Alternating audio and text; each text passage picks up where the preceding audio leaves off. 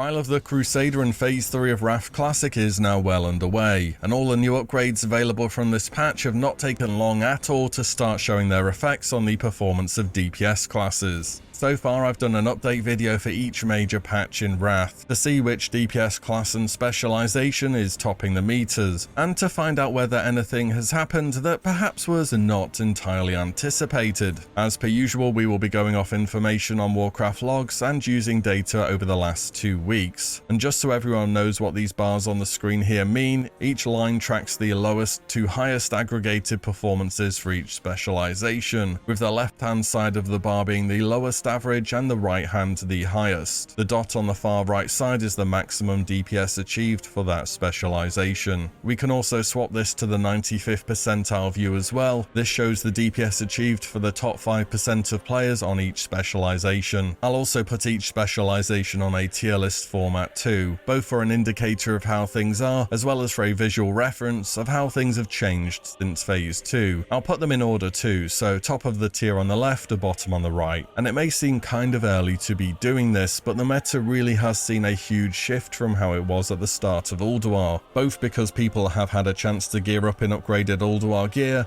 and it turns out when the heroic loot system in Trial of the Grand Crusader drops all heroic loot instead of how it was with hard mode dropping one hard mode item, people start to gear up much faster. Anyways, with that out of the way, let's get into it and see which DPS specializations are coming up top in Phase 3. So let's start off with the plate wearers and work our way down. First up, the hero class, the Death Knight. From the very moment this class had the opportunity to step inside raiding content, they've had at least one specialization capable of topping DPS. Trial of the Grand Crusader does not change that trend, as Unholy finds itself as one of the 3 classes which is starting to pull ahead of every other spec in the game by a wide margin, and is very close to the top spot on the entire list for me, sitting behind just one other specialization. Bosses in Trial of the Grand Crusader involve plenty of cleaving and pressing lust on pull, which the Unholy DK is a huge fan of so they can line up their ridiculous burst window. Remember when Blizzard nerfed this spec going into Ulduar by making Gargoyle not snapshot haste for its full duration? I can only imagine how broken this spec would be right now if they did not do that. I think Unholy has overall exceeded expectations in this expansion so far, and that's even with DK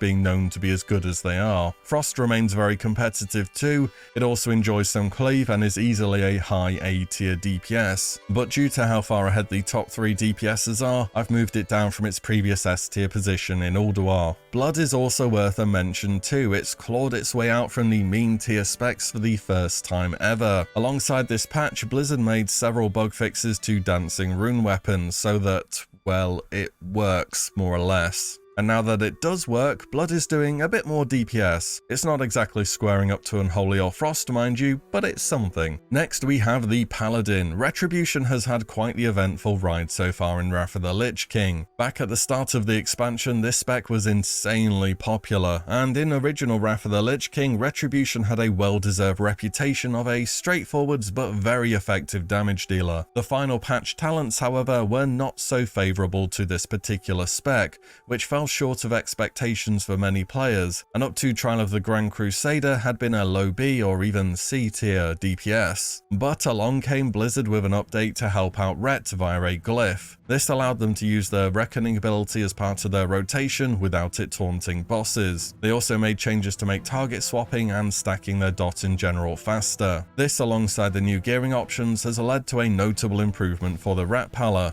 moving them from a low B to an A. Also, as I'm sure I'll be mentioning it a lot, which I already have, Trial of the Grand Crusader has a lot of relevant cleave damage, and Ret is one of those specs that really benefits from this. Onto the Warrior. After enjoying the memery of Phase 1 and the gradual rise of Phase 2, the Warrior is starting to push its way, inevitably, back up the DPS meters. A mix of updated item level gear, more weapons, and of course cleave go a long way to help them out here. Fury moves from a low B to midway through A, and I've no doubt they're going to keep flying up the meters as more gear becomes available, pushing on into ICC. On the other hand, Arms is not doing so hot. It more or less existed for the physical damage debuff if you really needed it, but nowadays you can have a rogue play combat, which is a very good spec, and not have to force a warrior to play Arms. unless you enjoy playing arms or something. I don't know, Blade Storm's kind of fun. Next is the Hunter, and this is probably the biggest upset of this entire tier list, to be honest. So survival is still doing fine. In Ulduar it was bottom of A, and now I'd say it's fallen off just a little bit more,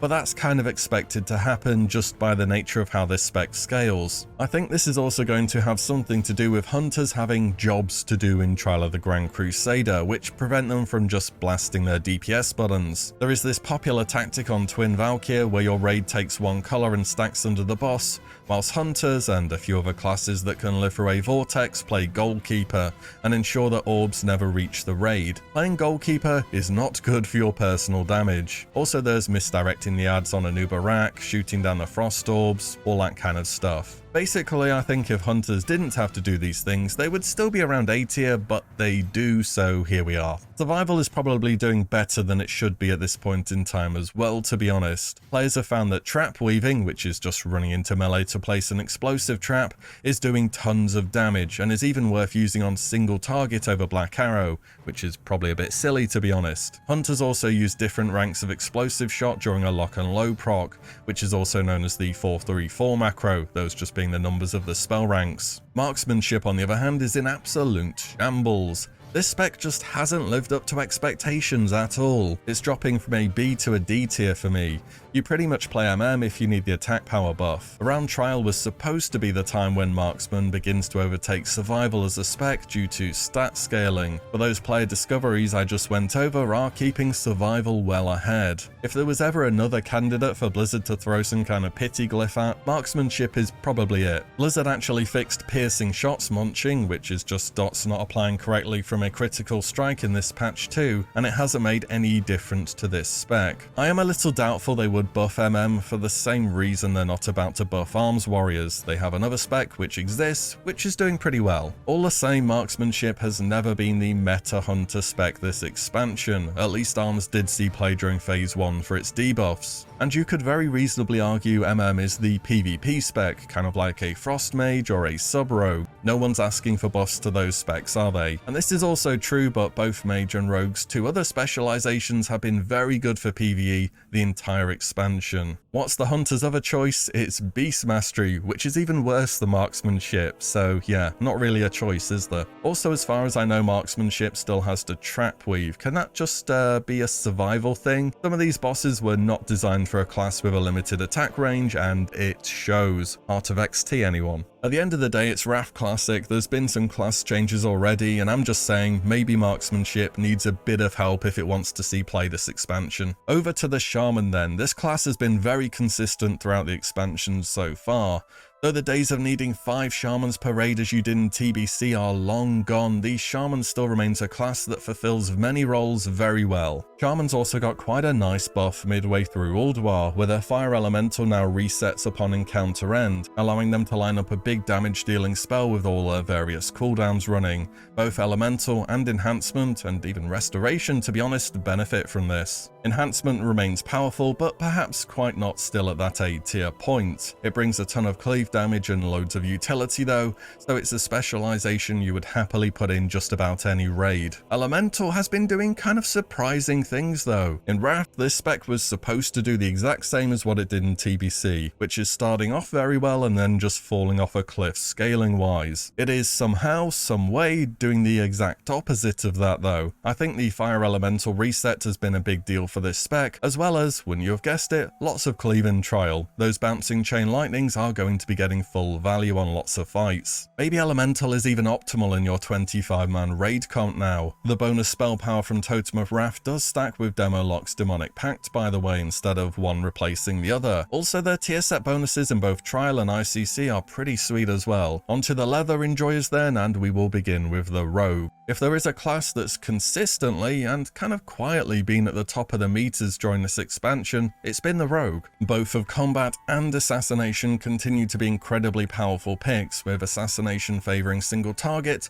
and Combat being more focused around cleave and AoE. There is also a hybrid spec between the two which I only heard of recently, where the Rogue combines Mutilate and Blade Flurry, allowing for some incredible openers with cleave damage where they get the opportunity to do so. It was expected around Trial of the Grand Crusader Crusader that combat would begin overtaking assassination, but both specs proved to continue to provide values in their niches, and things seem to be staying that way heading into the latter stages of Wrath Classic. Looking back so far, Rogue has been a less contested pick, with 2 viable DPS specs throughout the entire expansion, both of which do amazing damage. All the same, both Rogue specs are in A tier for me at the moment, and that's solely due to how far ahead the S tier specs are. Oh, and Subtlety, just in case you're wondering, is still a PvP thing. The Druid is another interesting class to cover. We'll start off with the Moonkin. I'd say they've fallen off somewhat down to the B tier in Trial of the Grand Crusader. Despite having good single target and very powerful burst AoE capabilities, they just aren't scaling up as hard as some other classes are. I'd say this is in part due to lacking an execute ability or some kind of execute damage modifier,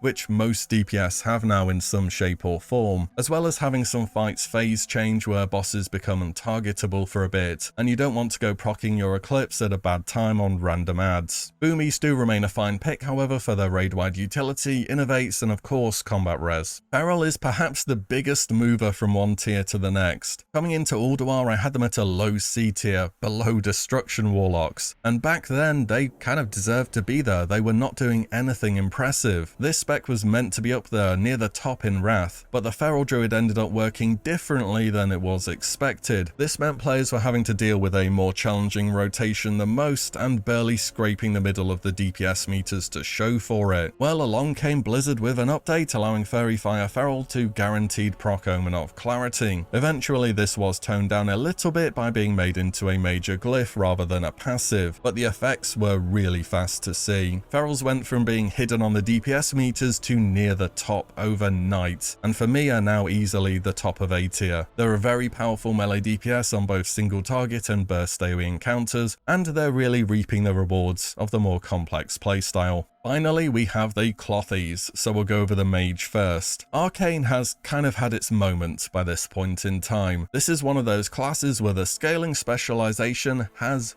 scaled. Arcane was good in Nax, it was good in Ulduar, but right now it's more of a we need the 3% damage buff spec more than anything else. Fire on the other hand is starting to go god mode already and is sitting as one of the top 3 DPS specs in the game. Fire of course loves some cleave damage with Living Bomb and benefits hugely from additional secondary stats such as crit. Blizzard also fixed Ignite Munching this patch. This was where 2 spells hit and both of them crit at the same time, and only one of them would apply Ignite instead of both. This fix has led to a much smoother rotation for the Mage and has helped them on their way to being S tier in Trial of the Grand Crusader. Expect this spec to keep climbing, and it could very well be at the top of the meters by ICC. Frost Mages, in case you're wondering, still a PvP thing. For the Priest, Shadow is still, well, Shadow. It's good, you want one in your raid, and they remain, more or less as they always have been, near the middle of the DPS meters. Although damage over time effects start to scale with haste and crit now, their damage output just isn't matching up to other casters,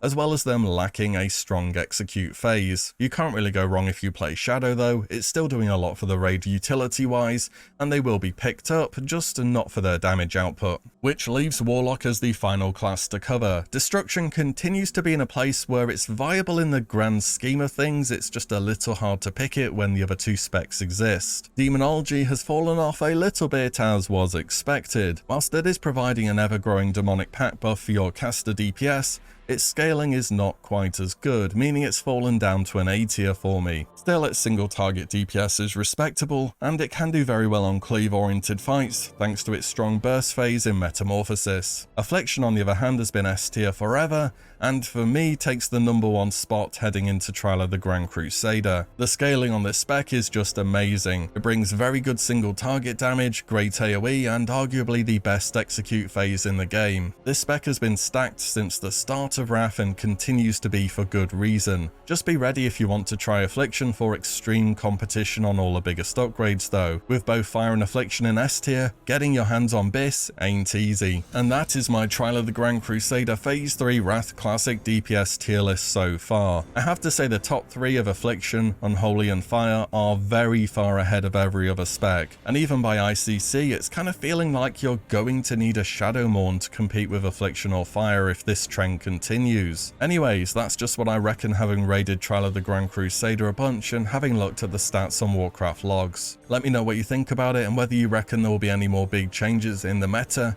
heading into our final raid tier. And as always, thank you all so much for watching and listening in, and I'll see you all in the next one very soon.